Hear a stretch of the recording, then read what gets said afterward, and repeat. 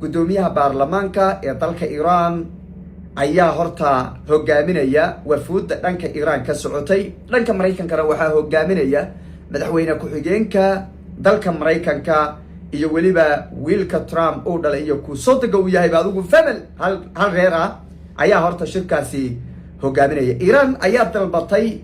in lagu soo daro ergada dhanka Mareykanka ka socota madaxweyne ku-xigeenka dalka Mareykanka. anagu rag madaxa ayaan soo diraynaaye Iran waxay tiri idinkana rag madaxa soo diraan wiilkan dhalay iyo wiilkan sodoga u ahay iyo caruurta yaryar anagu lama fariisanayna dheheen. Iran horeyba way usii sheegtay, Mareykankuna waa aqbalay. wafuudda dhanka Mareykanka marka ka socota waxaa hogaaminaya madaxweyne ku-xigeenka dalka Mareykanka oo weliba madaxweyne ku-xigeenka dalka Mareykanka naftigiisa iskuma fiicna laleeyahay hanaankan adad siyaasadeed ee Donald Trump uu ku wajahay bariga dhexe nin ku qanacsan ma aha. waa nin dhowr jeerba ay Trump iskaga hor imaadeen danaha gaarka wadamada dalka dibadiisa. ninkan wuxuu aaminsan yahay Mareykan first ayuu aaminsan yahay in Mareykanka wax walba Mareykanka laga hormariyo oo danaha Mareykanka laga shaqeeyo oo aan laga shaqeynin danaha wadamada kale, halka Trumpna uu difaacayo wadan kale oo Israa'iil la yiraahdo darteed baan wadamo u burburin ugu duululay. marka labadaas kala aragtiyood ayay wateen. si kastoo laakiin noqotaba Iran waxay ku qanacday inay la fadhiisato madaxweyne ku-xigeenka dalka Mareykanka. iyaga ayaan codsaday baa dhinacooda, halka dhanka Mareykankana naftirkoodu ay ku qanceen wafuudda dhanka Iran markaasi ka timid oo wasiirkii arrimaha dibadda iyo weliba gudoomiyihii golaha waxa weeye gudoomiyihii baarlamaanka ee dalka Iran, labadii nin ugu adadka ayaa hogaaminaya dhanka Iran wafuudda ka socotay. wadahadalladu waa furmeen, shuruudo ayay horta wateen. laakiin inta shuruudaha aan u guda gelin, Iran horta waxay samaysay oo ay la shir timid arrin la yaab leh oo aad iyo aad dunidu ay uga sheekeynayso, warbaahinta caalamkuna ay qaada dhigayso. gudoonkii baarlamaanka ama nimankii mas-uulkii ugu sarreeyay hogaaminayay dhinaca wafuudda Iran waxa uu halkaas uu kusoo dhejistay sawirada hogaamiyihii la dilay ee Iran Ayatollah Ali Khamenei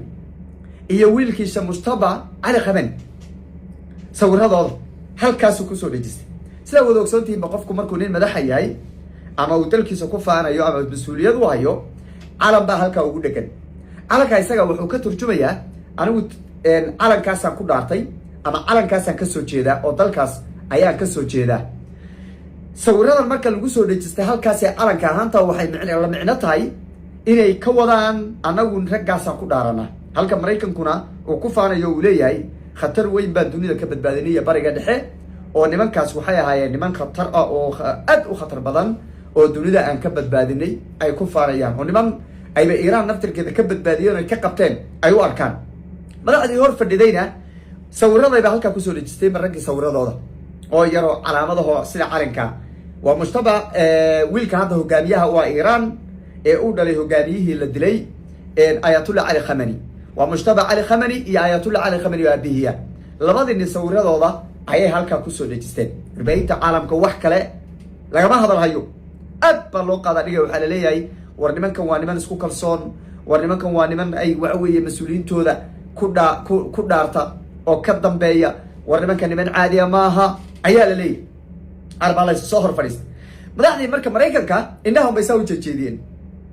saa u jeedinayaan. sawiradan baa dhibaya meeshan lagu wato, raggan bay la yaab iyo kalsoonida weliba niman la weeraray oo dhibaato loo geystay oo hogaamiyaashooda la laayay uma eka. dunida Iran run ahaantii wax la yaab leh ayay tustay, wax lagu cibaaro qaato oo dunida waxa weeye run ahaantii aan mar dambe lagu degdegi doonin. Iran bay hortay soo bandhigtay. Iran geesinimada, dulqaadka, dhiiranaanta, feejignaanta, calool adayga, waxa weeye awoodda ay leeyihiin, isku kalsoonaanta bay horta Iran soo bandhigeen. Iran maanta mid ku dayasho mudan weeye. wadamadii ka dhaqaala badnaa ee carabta ee malaayiinta dollar halkii saacda faa'iiday ayaa waxa weeyay meel cid iska soo fadhiistay oo iska qaban la gantaalada iyo dronta yar ee loo soo diray qaban laayeen oo waxay ku qabtaan ay haysan gantaal lama isa samaysan. Iran una qabatay baa 42 sano saarnay, hantideeda oo dhan dibadda ku xayiran, haddana sidaa ay tahay baa waxaad aragtay awooda yay samaysatay oo ay soo bandhigtay oo iska dhicisay quwaddii adduunka ay ka yaabiso khasaarahada ogatay jabkaad aragtay ay gaarsiis ugu dambayna ay ku khasabtay maanta in shuruudaheeda la aqbalo wadahadalla waxa weeye lala galo si kastoo ay noqotoba yani kasoo noqonin ajandayaasha muuqaalkeenne intaas waa faahfaahin kale maanta wadahadaladii horta intaysan bilaabanin iiraan horta waxay soo bandhigtay qorshayaashaas arrimaha la yaab kale ee sawiradii madaxdii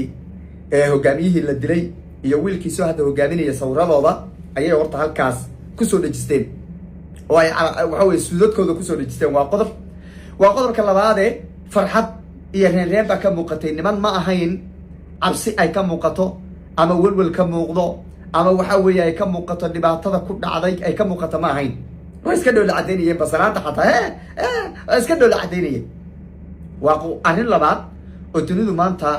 ay aad u falanqaynayso intaa markii laga soo tago wada hadaladii waa la gudagalay waxay wararka hadda soo dhacay ay tilmaamayaan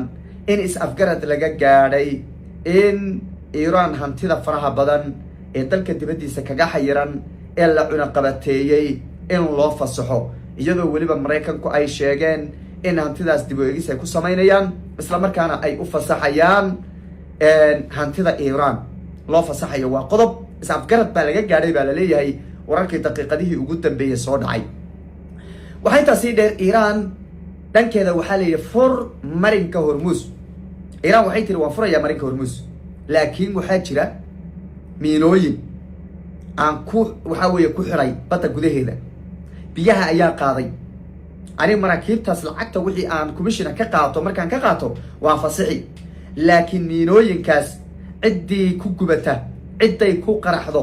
aniga shuqul kuma lihi isla daqiiqada yar waa dhambaal ay tuurtay isla daqiiqada yar oo adduunkiina uu aad loo walaacsan yahay oo laleeyahay maraakiibtan bay naga gubtaan ama miinooyinkan iiraan ay dhulka ay badda ku xidhay ay ku gubtaan ay la qaracdo leeyadoo laleeyahay taraabna qoraal yar buu soo dhigo wuxuu yidhi waxaan guda galnay nadiifinta miinooyinka marinka hormuus iyo baddaas ayaan hadda ku guda jirnaa wiyo qoraal buba bib yuu soo siiyeyba arrintana iiraan waxaa lagu micneeyey arrin diblomaasiyadeed iyo khalkhalgelin ay doonayso markaa inay ku khalkhalgeliso wadamada reer galbeedka oo ay tusiso inay dhammaan baddeeda iyo agagaarkiisa iyo marinkan hormuusba uu buuxo oo ha looga dambeeya iyada nadiifinteeda la yidhaahdana dhaqaala lagugu siinayaaye adigu nadiifi ayay rabeen iiraan arrimo diblomaasiyadeed bay ka rabeen hase haatee trump baaba iska soo boodo wuxuu yidhi waxaan guda galay nadiifinta miinooyinka iiraan ay gelisay badda ayaan guda galay iyo marinka hormuus